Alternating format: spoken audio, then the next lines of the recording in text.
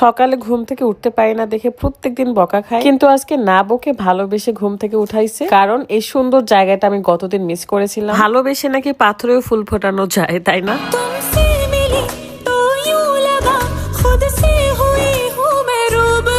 যে কাজটা বকাবকি করে রাগারাগি করে হয় না, সেটা কিন্তু ভালোবাসলেই হয়ে যায়। এত সুন্দর একটা জায়গায় যদি হাজবেন্ডের সাথে এভাবে ঘুরে বেড়ায়, তার উপর আমাকে একা নিয়ে যেহেতু বের হয়েছে, আমি তো ভীষণ খুশি। তোমার ভালোবাসা নিয়ে আরো 1000 বছর বেঁচে থাকতে ইচ্ছে করে।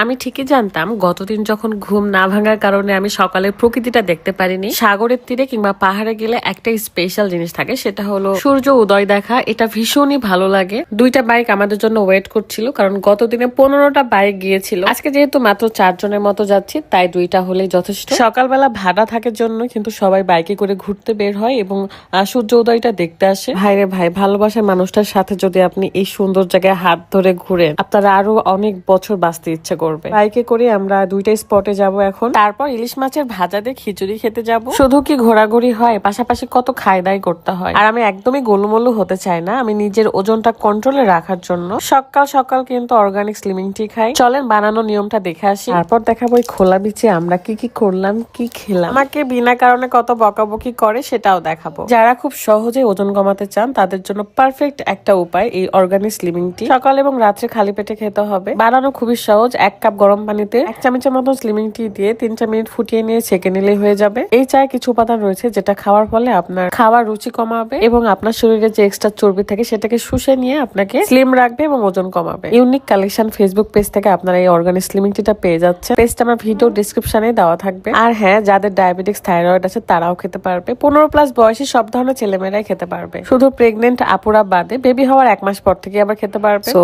দেরি না করে এখনই অর্ডার করে ফেলুন। এই সুন্দর জায়গাতে আমাদের ঘোরাঘুরি শেষ হয়ে গেলে আমরা চলে যাব এখন আরেকটু সামনে, কারণ পুরা বিচের ধারটাই এখন খুবই সুন্দর হয়ে আছে। আমার এই জায়গাগুলোর নামটা ঠিক মনে নেই, তবে দোলনা দেখতে পেয়ে আমি এমন দৌড় দিছি এবং দোল খাওয়া শুরু করে দিয়েছি। কুয়াকাটার এবারের ট্যুরটা আমার কাছে অনেক স্পেশাল ছিল, যদিও বা এই জায়গাগুলোতে গত দিনে আব্বু ঘুরে গেছে, আমি আসতে পারিনি। দেখেন রাদের কতটা কেয়ারিং থাকলে সে আমাকে আবারও নিয়ে আসছে সিঙ্গেল। এই ব্যাপারটা ভাবতে আমার ভীষণই ভালো লাগছিল। রাত আমাকে একা একা সব বিচের ধারে, তারপরে দোলনা, ইলিশ মাছ খাওয়ানো, সবকিছু কিন্তু একাই করাচ্ছিল। আমরা 4 জন এসেছি, তার মধ্যে কিন্তু আমাদের ক্যামেরাম্যান বেচারা গুলার আমার জন্য আবারও ডাবল আসতে হইলো। তো এখানে আমি আমার জন্য কিছু রিলস ভিডিও কিংবা টিকটক ভিডিও বানাই নিচ্ছিলাম, যদিও বা রাত একদমই পছন্দ করে না। অনেক রিকোয়েস্ট করার পর এই স্টেপ গুলো সে করে। আর কথা যে তুমি ব্লগ করো, তুমি তোমার কাজ দেখাও, আমাকে কেন নিচ্ছ এটা সেটা, এরকম শুধু বকা দেয়। আমরা নৌকা দিয়ে একটা ছোট লেক পার হয়ে ইলিশ মাছের ভাজা আর খিচুড়ি খেতে যাচ্ছিলাম। বেলা যত গড়াবে ততই কিন্তু এখন জোয়ার হওয়ার সময় হয়ে যাচ্ছে। 60 টাকার 1 প্লেটে আপনারা কিন্তু পেয়ে যাচ্ছেন 1 টুকরা ইলিশ মাছ ভাজা এবং খিচুড়ি।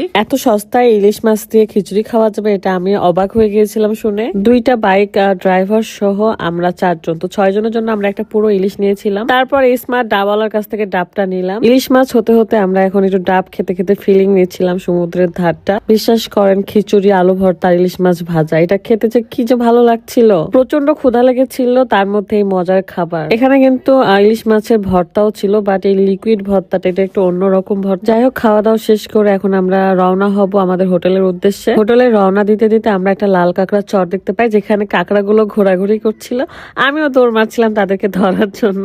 শাওন খুব সাহস করে ধরতে গেছিল, বাট ও অনেক ভয় পায়। আবার এটাকে ধরে আমরা প্র্যাঙ্ক করার জন্য ব্যাগে নিয়ে নিই। লাল কাঁকড়া বিরাট একটা চরে আমরা যাব, সেটা নেক্সট ভিডিওতে দেখতে পারবেন আপনারা। এই প্রথমবার সামনাসামনি এতগুলো অতিথি পাখি দেখতে পেলাম। অতিথি পাখিগুলো দেখতে দেখতে আজকের মতো বিদায় নিচ্ছি। সবাই ভালো থাকবেন, সুস্থ থাকবেন। আল্লাহ হাফেজ, আসসালামু আলাইকুম।